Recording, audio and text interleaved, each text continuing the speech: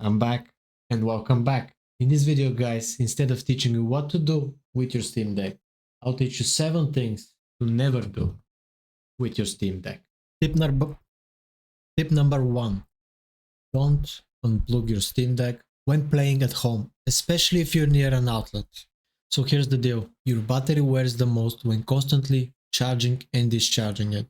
And the Steam Deck has this feature that most laptops have, which is called a pass-through. What it does is, when your Steam Deck is plugged, it powers it from the outlet instead of the battery. So once it's fully charged, the battery will stop charging and your Steam Deck will only be powered by the outlet. And to make it even better, there is this plugin for the Decky loader, which is called Power Tools, which can help you limit your maximum charge of the battery to 80–85%. Your battery wears the most between 80 and 100% when charging, so it's best to leave it at around 80. You can limit that and leave it there while playing, so your battery will charge to 80%.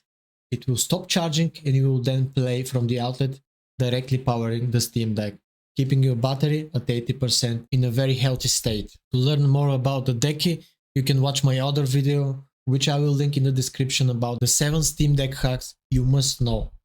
Watch that video, it will guide you through how to install Decky loader, how to install Power Tools, and then how to activate this charge limit. And now if the cable is really bothering you, you can always purchase an elbow adapter, which will help move the cable back and not be in your way so much when playing plugged in. I also recommend a longer power delivery cable, something like 3 meters.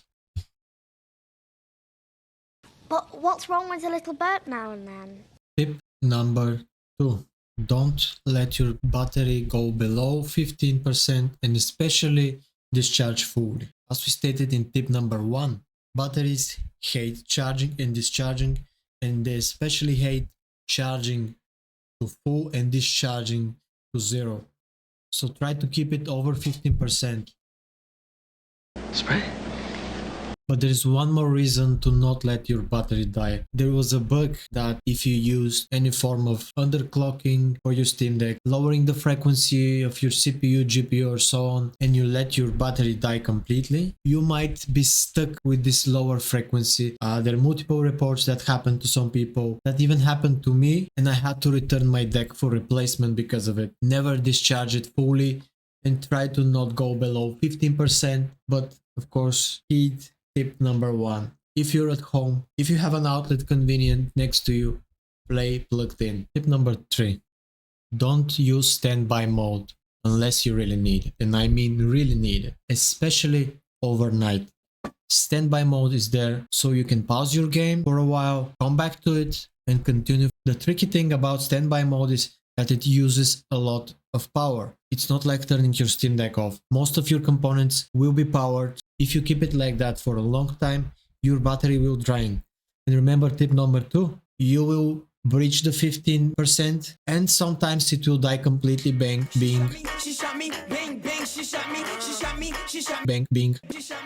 And sometimes it will die completely being on a standby mode. So use it only with a purpose. Don't use it as a shutdown method for your Steam Deck, please. Tip number 4, don't use a screen protector. I know, some of you will go, but Jack, it's gonna get scratched, it's gonna get broken, are you stupid? Let me share my perspective. You don't need a protector for your Steam Deck. When I first purchased my Steam Deck, before it came, I had stocked all sorts of accessories while waiting for over 8 to 9 months. And I had a screen protector. What I have purchased was the 512GB version. In my view, the Steam Deck is a robust piece of equipment that is usually placed somewhere in a protective case, in the bag, on the desk. It's not like a phone screen. You're not putting it in your pockets unprotected. You will not leave it display down somewhere. It will not jump around in your bag and protect it without the cover. So I had the protector for maybe over 6 months. So not only it completely made my matte screen useless, but it also didn't serve any purpose. Tip number 5. Don't ever charge your Steam Deck in its case. A lot of people think that's a great idea. They drill holes on top of their cases. First, charging generates heat. heat is the main enemy of electronics and especially batteries. When you're charging inside the case, it's generating more heat, not to mention it can turn on while it's in the case, which will generate even more heat. It can set something on fire, it can kill your deck because it has no way of cooling out while in the case. Not to mention all those Steam Decks you see falling from the cases when people grab them. A lot of people don't zip up the case, and when they grab it by the handle to carry it somewhere, the deck just flies out of it and breaks. So never charge your deck inside the case, and to protect yourself from having your deck accidentally falling from your case, I recommend you buying a case like mine. It has a Velcro strip that goes over the deck, so even if it's unzipped and you grab it, your deck will not fly away. It also has slots for SD cards. It has a big compartment underneath the deck where you can store your power bank, your charging adapter, USB hub, cables, all sorts of things. It's amazing. Check the links in the description if you want to purchase them. I have included links from Amazon and from AliExpress. And keep in mind that those are affiliate links, so while there is no additional cost for you, you're helping this channel by purchasing from those links, and I thank you very much. Tip number 6. Don't leave your frames uncapped. And I know we're all striving for those 60 and above.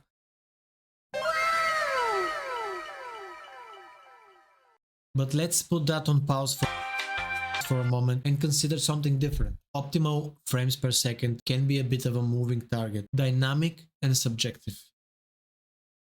Picture this, your game is sometimes going to 60 frames, sometimes dipping down to 45, 50. Instead of leaving this uncapped, which will create visual stutters for you, cap it to 40 frames per second with 40 Hz refresh rate of the screen. This will create a way better and smooth visual experience, more responsive game. To also save battery juice, so you'll be able to play longer while having a smoother gaming experience. So don't be afraid to experiment with games that are not hitting that 60 frames target. And even if they are, always cap them. Cap them at 60 and leave them there. There's no point of going over 60. Now let's talk about the final tip, which is never forget to use the back buttons of the deck. I've always hated to sprint clicking the joystick down. It's so inconvenient. I feel like I'm applying so much pressure I'm going to break it. So instead, I use the back buttons. It's easy to hold.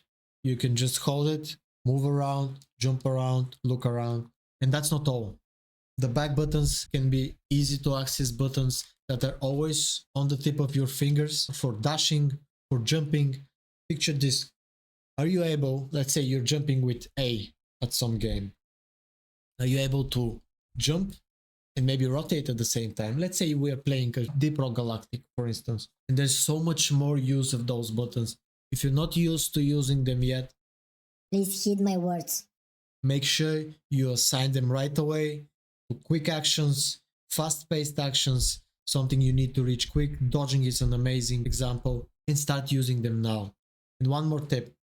I've covered this in my previous video with the Steam Deck hacks. Don't pull them on the side. Instead, push inside. It's way easier to use them like that.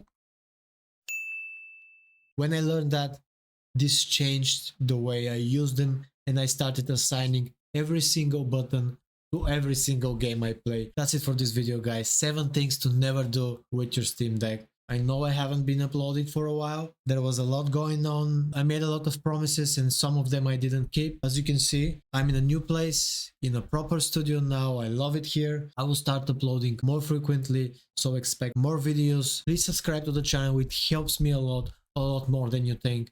I love seeing new subscribers. I love seeing comments. I love people asking questions. I usually respond to every single comment, especially if somebody needs help. So please subscribe, comment, like the video, and I'll see you guys in the next video.